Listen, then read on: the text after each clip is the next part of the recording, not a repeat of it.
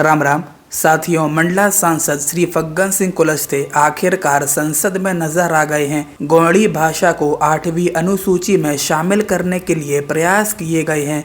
चलिए आप लोगों को बताते हैं पूरी खबर, लेकिन उससे पहले हमारे यूट्यूब चैनल को पहली बार देख रहे हो तो अभी सब्सक्राइब जरूर कर लीजिएगा। चलिए वीडियो शुरू करते हैं। साथियों, कल संसद के बजट सत्र के दौरान शून्यकाल में गोंडी भाषा को मान्यता दिलाने का मुद्दा उठाया गया। गोंडी भाषा जो सभी सीपी एवं बरार क्षेत्र में व्यापक रूप से बोली जाती है और जिसके कारण इस क्षेत्र को गोंडवाना भूमि के नाम से जाना गया है, आज भी मध्य प्रदेश, छत्तीसगढ़, झारखंड, उड़ीसा, उत्तर प्रदेश, तेलंगाना, आंध्र प्रदेश और कर्नाटक सहित कई राज्यों में लाखों लोगों की मातृभाषा है।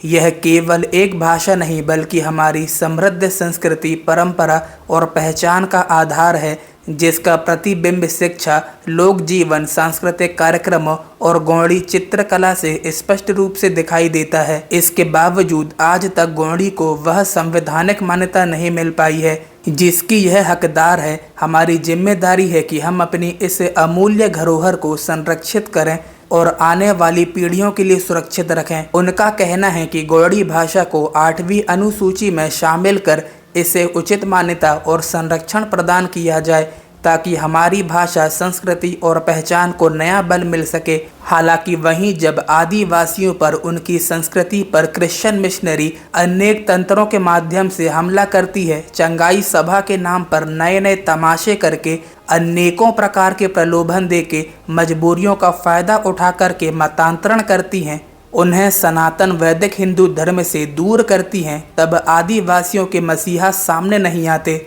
फिर चाहे वो सत्ता दल हो या अन्य, कोई भी सामने आकर के इस परपंच को बंद नहीं कराता। आज गांव के गांव क्रिश्चियन हो गए हैं, उनकी जमीनों पर चर्च खड़े कर दिए गए हैं, लेकिन आदिवासियों की राजनीति करने वाले ठेकेदार कभी सामने नहीं आए। वो धर्म छोड़कर अन्य मत, पंथ, मजहब में चले गए और आज घर वापसी के नाम पर, शुद्धि के नाम पर कहीं कोई बात तक नहीं होती। बहरहाल मंडला सांसद द्वारा रेलवेज पर एक भी शब्द नहीं आया है। बहुत से रेल के नाम पर छाती पीटने वालों को सांसद द्वारा आईना दिखा दिया गया है। संसद से लाइव देखिए। राम राम। बहुत बहुत धन्यवाद। धन्यवाद माननीय सदस्य डॉक्टर फग्गन सिंह कुलस्ते जी।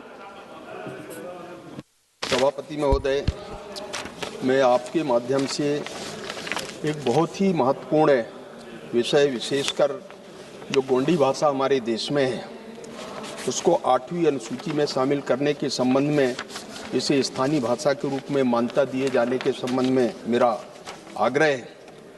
विशेषकर देश के 17 ऐसे राज्य हैं जहां पर इस समुदाय के लोग रहते हैं और इस समय 13 राज्यों में गोंडी भाषा लोग बोलते हैं। विशेषकर मध्य प्रदेश, छत्तीसगढ़, महाराष्ट्र, झारखंड, उड़ीसा, उत्तर प्रदेश, पूर्वांचल, तेलंगाना, आंध्र प्रदेश, कर्नाटक, पश्चिम बंगाल, बिहार, आसाम और दिल्ली में भी देश भर के लोग रहते हैं, इस भाषा का उपयोग करते हैं। और इसलिए महोदय, मैं कहना चाहता हूं कि सरकार इस पर विचार करे और राज्यों से बातचीत करके देश के बहुत बड़े भाग में, लगभग इसके पहले आज़ादी के पूर्व जो हमारा गोंड साम्राज्य हुआ करता था, इसमें जो क्षेत्र है, वहाँ की भाषा है, वहाँ की संस्कृति है, वो परंपरा है, आज भी देश भर में इस गोंडी जो पेंटिंग्स है उसका उपयोग करते हैं। देश में कई ऐसे अवार्डी हैं जिनको राष्ट्रपति जी ने अवार्ड भी दिया है। ऐसे अनेक इस समुदाय के लोग काम करते हैं, परंतु उनकी पहचान उस भाषा के रूप में नहीं हुई। और इसलिए मैं अनुरोध करना चाहता हूं कि इस प्रकार की परंपरा को स्थापित करने के लिए अन्य भाषाओं को जो हमारे इसमें 8वीं अनुसूची में रखा गया है, इस भाषा को, गोंडी भाषा को भी विशेष प्राथमिकता के आधार पर इस भाषा को 8वीं अनुसूची में शामिल किया जाए।